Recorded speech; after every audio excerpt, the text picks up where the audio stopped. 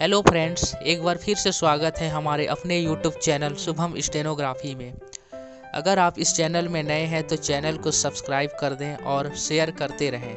आज का डिक्टेशन 115 शब्द प्रति मिनट की गति से बोला गया है, जो कि परिष्कृत आशुलिपि बुक से लिया गया है। तो फ्रेंड्स, आइए डिक्टेशन स्टार्ट करते हैं। डिक्टेशन स्टार्ट होगा ठीक 10 सेकेंड बाद।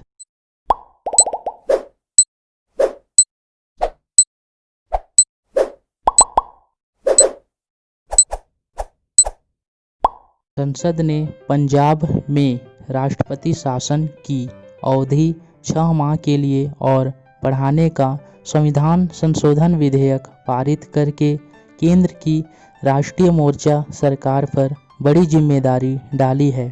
संविधान का 64वां संशोधन विधेयक राष्ट्रीय सहमति से पारित किया गया है, लेकिन पंजाब में चुनावों के लिए अनुकूल वातावरण बनाना केंद्र सरकार का दायित्व है।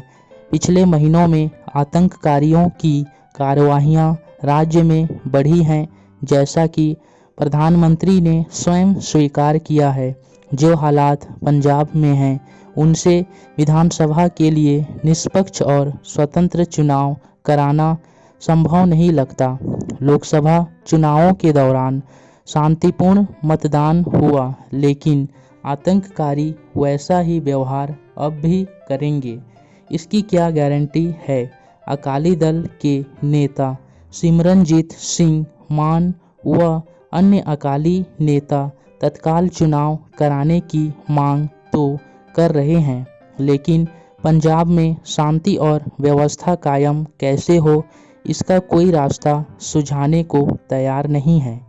इससे मान के विचारों में विरोधाभास ही नजर आता है। जो हालात पंजाब में चल रहे हैं, उनसे लगता है कि पंजाब में अकाली दल सहित सभी राजनीतिक दल अप्रासंगिक हो गए हैं और आतंककारियों पर किसी पार्टी का कोई प्रभाव नहीं है। आज पंजाब में पहली आवश्यकता आतंककारियों की गतिविधियों को सख्ती से रोकने की है, जिससे वहां वातावरण सामान्य बन सके और लोग निर्भय होकर राजनीतिक गतिविधि में शामिल हो सकें। पंजाब के आम लोगों की आतंककारियों के साथ कोई सहानुभूति नहीं है और वे इस वातावरण का दृढ़ता से मुकाबला कर रहे हैं, लेकिन हिंसा का मुकाबला आम लोगों के बस की बात नहीं है। उसका मुकाबला तो प्रशासन, पुलिस और फौज ही कर सकती है।